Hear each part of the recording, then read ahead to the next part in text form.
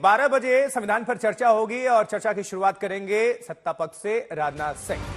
तो आज की सबसे बड़ी खबर है ये, संविधान के 75 साल पूरे होने के उपलक्ष्य में आज लोकसभा में संविधान पर चर्चा शुरू होने जा रही है। बहुत दिनों के बाद आज संसद चलते हुए नजर आ रहे हैं, जहां संसद के शुरुआत होते ही हंगामा देखने को मिलता था, लेकिन आज फिर भी काम होता हुआ नजर आ रहा है। लेकिन दोपहर 12 बजे के समय इसलिए महत्वपूर्ण है क्योंकि संविधान पर चर्चा होनी है और चर्चा की शुरुआत रक्षा मंत्री राजनाथ सिंह करेंगे।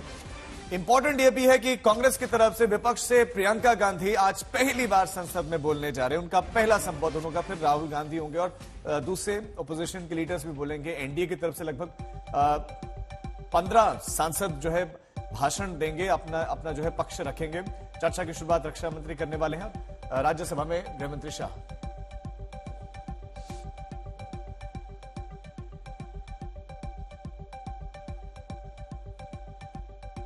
कंडीशन तो हमने डाला था कि कॉन्स्टिट्यूशन का डिस्कशन, उसके ऊपर डिस्कशन होना चाहिए, क्योंकि तो अनकॉन्स्टिट्यूशनल चीज़ें बहुत चल रही है। बहुत से ऑटोनोमस बॉडीज़ को भी ये लोग मिसयूज कर रहे हैं और देश में गवर्नेंस ठीक नहीं है। तो इसलिए हम चाहते थे कि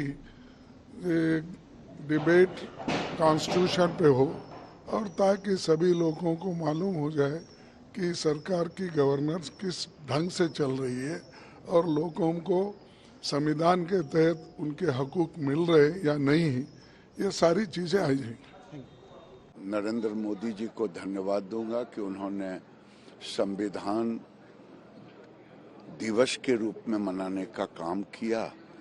देश के नौजवानों को, देश को याद रहे संविधान केवल पॉकेट में संविधान लेने का चीज नहीं है, बल्कि संविधान को व्यवहार में लाने की जरूरत है। और आज चर्चा भी है 2 दिन का। Sir, one nation one election, एक देश एक चुनाव, एक भारतीय जनता पार्टी की जुगाड़ है चुनाव जीतने की। संविधान हमने और आपने सबकी जिम्मेदारी सुरक्षित रखना। ये संविधान ही है जो हमारा पथ प्रतख है, पथ दिखाता है, हमें रास्ता दिखाता है।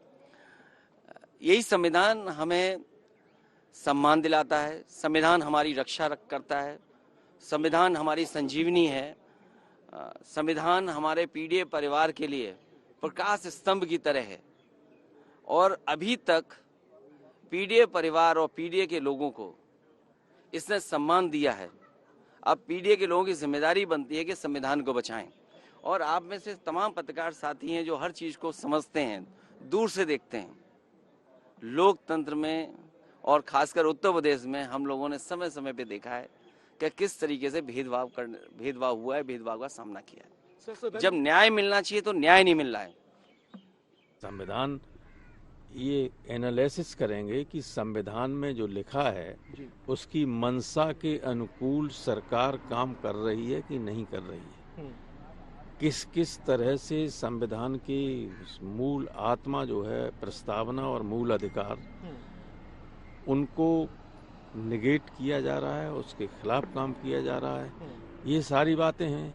और बीजेपी वाले इमरजेंसी की बात करें, यही चलेगी और क्या चलेगा।